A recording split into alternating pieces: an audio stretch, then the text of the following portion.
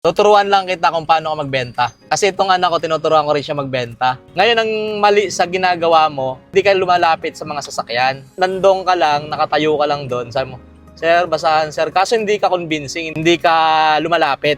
Ilan na bumili sa'yo? Pero araw-araw nagbebenta ka.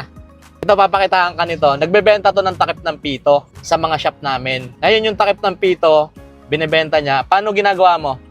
Pagbebenta, paano ginagawa mo pagbebenta? Halimbawa, white yung kulay ng mugs ko. Boss, bili na po kayo ng... Pakita mo kay ate, pakita mo kay ate. Boss, bili na po kayo ng takip po ng pito mo. Mura lang po to, 150 lang. Bagay po to sa motor nyo at sa mugs nyo po. Di ba? Bibili ka hindi. Di ba bibili ka kasi magaling siya magbenta. Anong grade mo na? 8 po. Bakit ka nagbebenta? Pinapabaon. Pinambabaon mo? Pero anong trabaho ng nanay tatay mo? Ng sampagita? Sila na po dito mamaya pa po. Mamaya pa. Ibig sabihin, pinilit ka ba nila o ikaw mismo? Ipagpatuloy mo yan kasi kaya tinuturuan ko rin yung anak ko. Kahit medyo okay na yung buhay namin, tinuturuan ko siya na magbenta kasi doon din ako galing sa pagbebenta. Anong grade mo na, anak? Hey, Anong pangalan mo, te?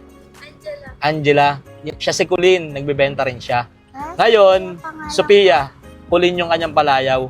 Ngayon, ang gagawin mo sa mga sasakyan, sasabihin mo, ma'am, bili na kayo, pambaon ko lang. Di ba? Lalapitan mo sila, tapos ang pakikipag-usap, laging eye-to-eye contact para makabenta ka. Eye-to-eye contact, tapos lagi mong tatandaan na mag-ipon ka. Mag-ipon, huwag ka masyadong magastos. Ngayon, may pasok ka bukas. Magkano binabaon mo?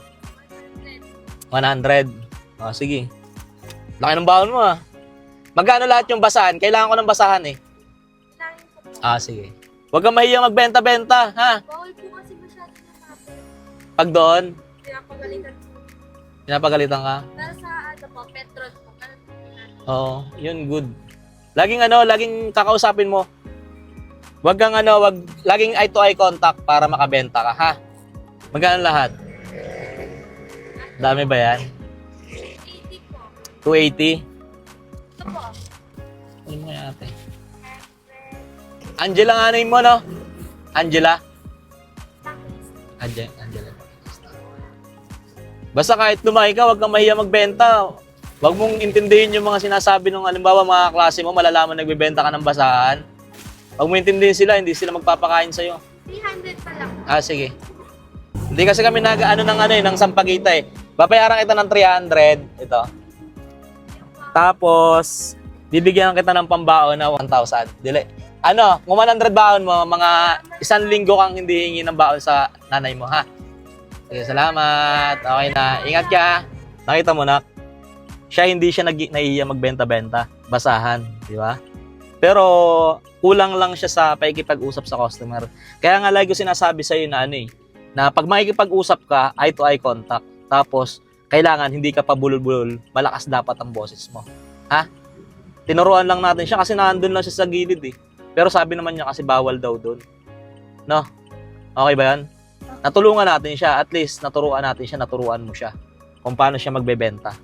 So yung mga bossing, kung may mga anak kayo na gusto magbenta, mga ganyan, naglalako, pagpayagan nyo kasi yun yung makakapagpalakas ng loob sa kanila para magnegosyo.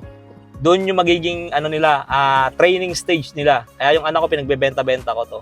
Kaya mga bossing, kapag nakita nyo si Angela, bumili po kayo sa may McDo, Santo Tomas, Batangas lang po yan, malapit sa SM. Bumili lang kami ni Kulin ng McDo, tapos nakita ko siya doon na sabi niya, sampagita, ganun, pero hindi naman siya lumalapit. Walang bibili sa kanya, kahit ako hindi ako bibili. Kaya yun, tinuruan natin siya. Sana natuto siya or makita niya tong video na to. Sa mga, kung mapapanood man to, Angela, wag kang mahiya. Yung pangaral ko sa'yo, wag kang mahiya. Dahil yan yung gagamitin mong paraan para magpatuloy sa pagbebenta hanggang sa magkanegosyo ka. Naniniwala ako na magkakanegosyo ka balang araw. Maraming salamat mga bossing sa inyong suporta. Mag-ingat kayong lahat and God bless po.